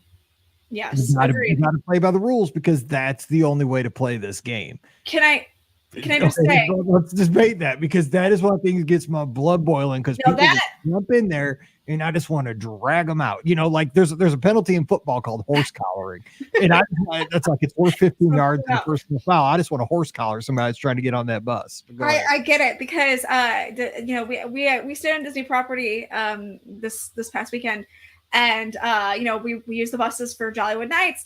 And it was lit. I mean, it's after 12:45, and I'm trying to get to the bus, and this guy, this guy runs past me and my mom to go so that he can get to the bus first, so that he can try to get his 2 people who are behind us on the bus ahead. And it's like, dude, just wait for your family. And then, and he still didn't get on the bus because the guy said it was full. But I'm like, that was really rude of you to like side pass so that the 2 people behind you, like they're still walking slow behind you. Just stay with your party and then wait, don't try to sidestep the people that are ahead of you just because you want to get ahead of them and think that you're going to get on the bus first. Like, that's not okay. So that was my pet peeve this weekend. I will say, back in the day, I have sent like Paige and Mallory. This isn't really breaking the rules, but like say we're leaving Epcot and we can see that the Port Orleans Riverside bus is still in the. That's corral. Okay if there's nobody ahead of you. Like the bus is just sitting there, but like we're like, oh my god, don't let that bus leave. Like run up there and tell your parents are right behind you. Like we're not getting in front of anybody. No, that's fine. Back in the day, we still do that, Mike, with Emily. That's true. Parents that's okay. Hang tight for like 2 seconds. Okay, so we do that. But Scott, what do you think about that? Because I just don't know the solution to this, because there's no it is truly an honor system at those hotels. And if you're the first person, you feel like it makes me so anxious because I just feel like, oh, I'm going to get burned. Like every I don't know what the solution is, because you don't want to stand. Like my thought is like you stand where you think the bus is going to stop and you just stand there, but you don't want to stand there for 20 minutes. Like what you agree. They got benches out there. Like I'm the first one here. I should get a piece of bench because I was here first. But then like you sit there and like you were saying, Mike, then 5 people show up, a group of 7, they got their drinking around the world shirts. They're ready to go, and like then they just stand there and they block me now. Yeah. Like the solution is to just stand there and be like strong. Like I'm not elbows out, man. I'm not letting anyone get in front of me. But I don't want to be that guy doing that, So you do need to look around. You need to like look at your surroundings and identify, oh, that person's been here before we were. So we got to make sure that they're going to Hollywood Studios. They got to get on before us. Like that's what my family does. But I know that's not what everyone does for a fact. What I've done. I don't know how you solve it, Mike. So what I've done, and this is, this is like God, this is so bad. Is so like if I'm the first person there, what I do is like I try to befriend the second group that gets there. Yeah. And like try to make it like a wave, right? Like, okay, so and like so as people start showing up, okay, remember we're the first couple of people here, so we got to make sure like let's make sure that when that bus gets here that we get on this bus because we've been here the longest. So what happens is you start making power in numbers. I hate that you have to. I'm not that kind of person. But I also don't want to be taken advantage of, and I want to be able to. But the anxiety of this, like just thinking about it, right? This doesn't happen a lot, but it does happen. And I just, because I like riding the buses, but man, that is one of those things that I just don't know how Disney solves. I mean, the best solution is ugly. It's like what they have at Pop Century, where they have like where they have at the parks when you leave, they have like the turns, not the turn, the switchbacks. Yeah. But I love the openness of like a Coronado bus stop or the Caribbean Beach. Like I like how it's chilled. Like we can mingle around. We don't have to be standing like one after another. But like that really is the solution. That's why Pop Century's bus service is kind of efficient in a way when you think about it, because like like. No one's gonna cut in front of me. Like I'm in my spot right here. No one's gonna like the exact situation you're talking about, Mike. But it just doesn't look pretty, Like it just does not look good. Yeah, the multiple stops at Coronado Springs just leads to more anxiety, right? Because at Pop Century when the buses roll up, they're empty. And there's only one stop. So like okay, you can count like a bus is going to hold like 90 people, or whatever, how many people. You can like okay, I'm this person in line. But say you're in the casitas or you're in the ranchos at Coronado, it's like it's a crapshoot. Like that bus could pull up. All the moderates are like that. Yeah, exactly. I mean, you just don't know, and it's just again with the openness of it, the tower even like you just like oh man, I don't know. Like that's the kind of stuff that, and like Wade says, he's up in Nebraska, says. You have to judge the crowd size, jump up when there's still room on the next bus. Yep. That's what that's what you do. But it's one of those things like you are playing a game, but it's the stress of it. Like that's one of those things like this is the ultimate unwritten rule situation right here for Walt Disney World to me. Like it's that bus with the corral thing. Anyway. Yeah. And obviously stand up if you can and give a seat to somebody that needs it. When you get up. For sure. Definitely. Okay. We got about 5 to 7 minutes left. So I have a quick one. Go ahead.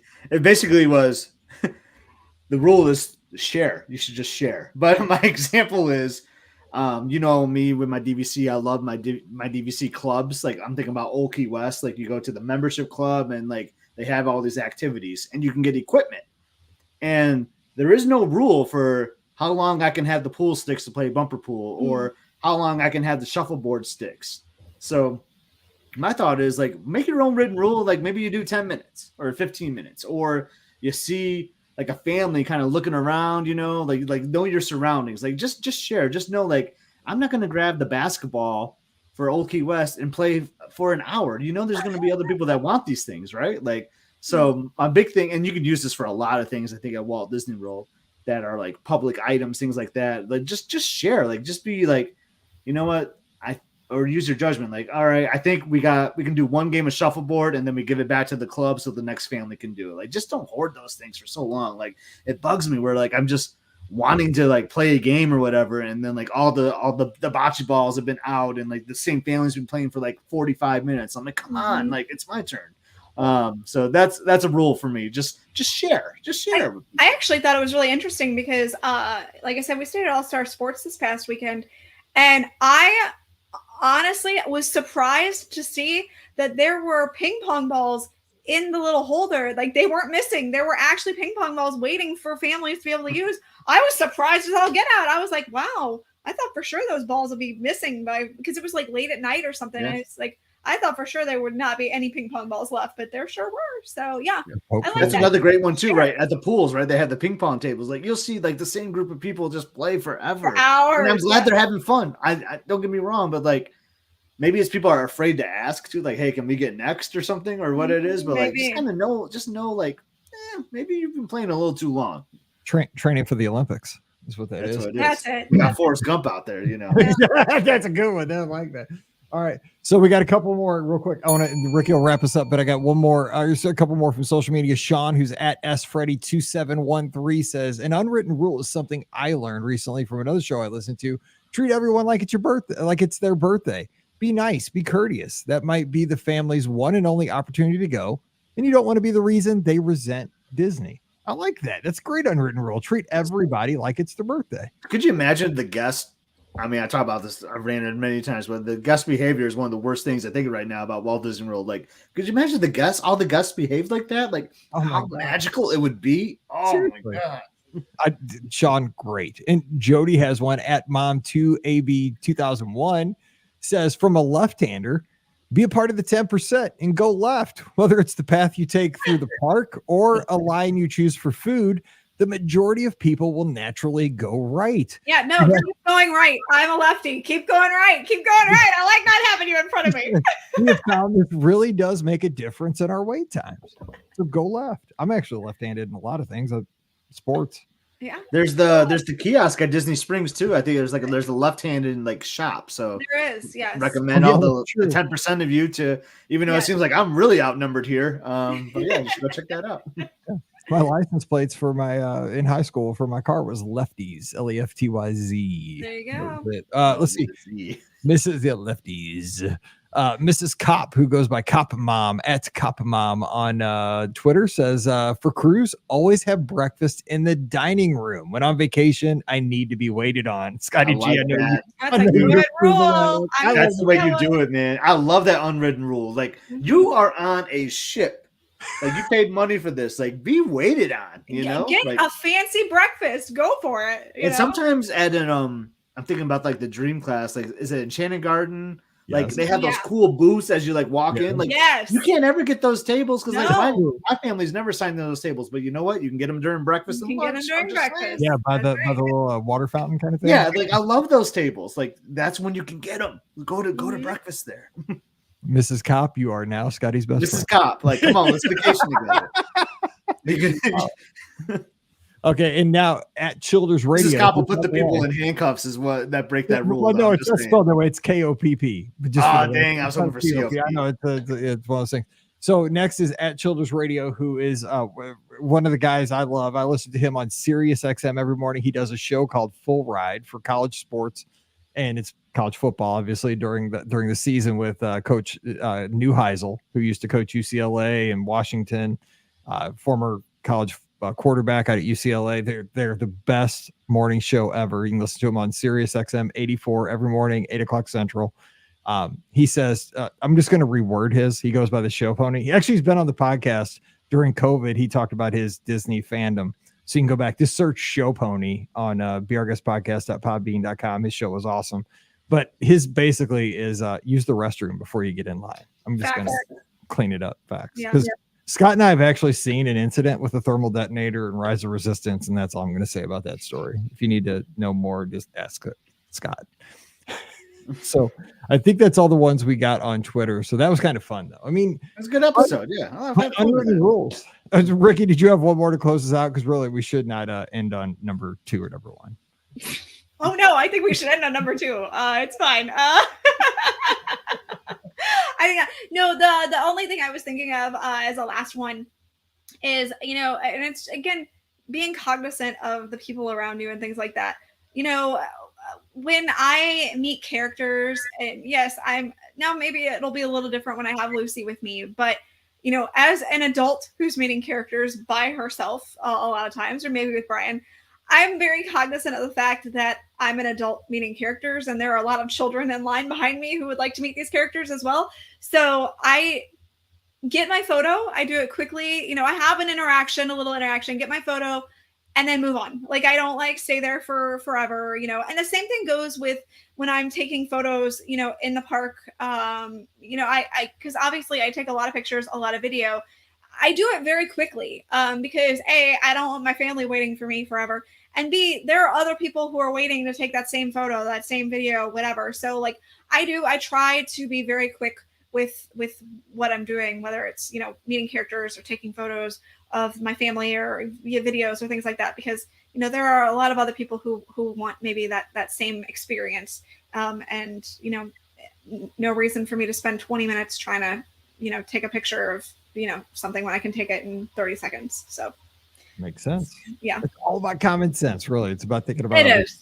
I'm on the fence on that one though, because like I paid for this admission, so like, and that's it's the true. character experience what I want. Like I want to spend a couple minutes with the character. It's a little less so with the characters. It's more so like if I'm like trying to, you know, take a picture or, you know, or something like that. Like I really do try to be very cognizant of like the people behind me. So like they had the Disney 100 you know, up in Epcot, and I wanted a picture of me and Brian and Lucy, and so like I went, I stood there, I was very quick, got the picture done. You know, I didn't, you know, say, okay, now just me and Lucy, and you know, because there were other people who were waiting to take a picture, you know, so I got the group of 20 and they wanted like every couple to do exactly. Like that drives me wild. That drives me. That's more kind of what I was talking about back in the day. Yeah, exactly. And the same thing goes with the characters too. Like you've got, you know, a group of 20, and then they're like, okay, this family goes, and then this one, and then we take just the kids, and you're like, oh, just that's my in-laws on Christmas Eve in front of the tree.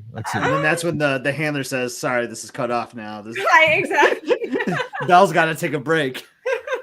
She's got to read a book real quick. Exactly. I just all right. Shout out to John from Intercot who just swing by. Good seeing you. And he just had a great race the other day, by the way. Congratulations on that. Getting ready for marathon weekend, like a bunch of us. And it's coming up way too quick. Oh my gosh. Can you believe how close it's going to be, Scott? Marathon weekend. My boss was asking me about that today. She's like, "You got that marathon coming up, or your races?" Because she knows there's Disneyland. She just knows there's a bunch of races. She's like, "How's that training going?" I'm like, "I don't know. I ran 4 miles." I know. Same. I'm just ready to go to Disneyland. I just want to get through the. I might skip the marathon. I'm just gonna throw it out there. So I signed up for the half, and I'm on both coasts. You know, like I'm just gonna do the half. Like the Run Disney vacations are tough on Elizabeth because like we're on different schedules and all that. You know, because I'm waking up so early. So we're gonna make it a nice family vacation. And then I got the alert, and Wade, it was actually Wade's problem. I know he's still listening. Wade, like, it's your problem. It's your fault. Because he's like, "Hey, man, I just registered for Goofy." And I was like, "What?" And then Brooke messages me like, "Hey, you're going to upgrade to Goofy? I see it's available now." So then I upgraded to Goofy. So, oh, no. Yeah. Saying FOMO is a real thing. Yeah. But when I always do Dopey, right? So I always do Dopey. So all the merchandise I always get is Dopey. I never buy like Goofy merchandise. That's true. You know? So this is my way of thinking like, hey, now is my chance to get something Goofy because I'm not doing all of the races. But I still might not do all the Goofy races. We'll just see how it goes. We'll see. So stay tuned. We'll let you know. You know, you guys know how my training plan goes. You know, we'll see. We'll see. I always get there. Dude, you rolled in one weekend of the last weekend. Like, I think I might sign up for the marathon. Like, it was like 2 days before. I'm like, yeah, we'll see. I know. All right, so but then instead, I spent $800 on margaritas instead. Yeah, there you go. That was Run Disney. It would have been cheaper to do the Dopey. You're exactly right. For sure. But yeah, all right, let's start the weekend. Right, let's go. Let's get out. All right, so we're gonna jump out of here, and we'll have the live show this Sunday night, 7:00 Eastern, 6:00 Central. Scott and I will be here taking your calls. And we need your unwritten rules for Walt Disney World, Disneyland, Disney Cruise Line. We started them off. We have a bunch more, so we may continue this for the Black Friday show. So again, at BRGuestMike on Twitter, you can add those. I'll favorite them and add those to the show next time we do this. Pam will be back too, so she has some as well because we didn't even get to most of our list. There's so many. I mean, it's really common sense, but we'll definitely do another show on this. So give Rikki a follow at Rikki Nibs. Scott's at FScott, EPSCOT, Instagram, Twitter/X, and Threads. You can give us your comments. Let us know. This is a great one on social media. Give us some feedback, what you thought about Unwritten Rules, and give us yours as well. We'll have the discussion over the weekend. Again, we're brought to you by the Magic for Less Travel. Check them out for your Disney trip planning needs over at themagicforless.com. Please also use our Amazon affiliate link. It's beourguestpodcast.com/Amazon. And thank you to our patron supporters. You guys make all these shows possible. I cannot thank you enough for that. For just $5 a month, you can support the show and get our bonus show called Mike in the Midwest. So come on over, patreon.com/Be Our Guest Podcast. All right, jumping out of here.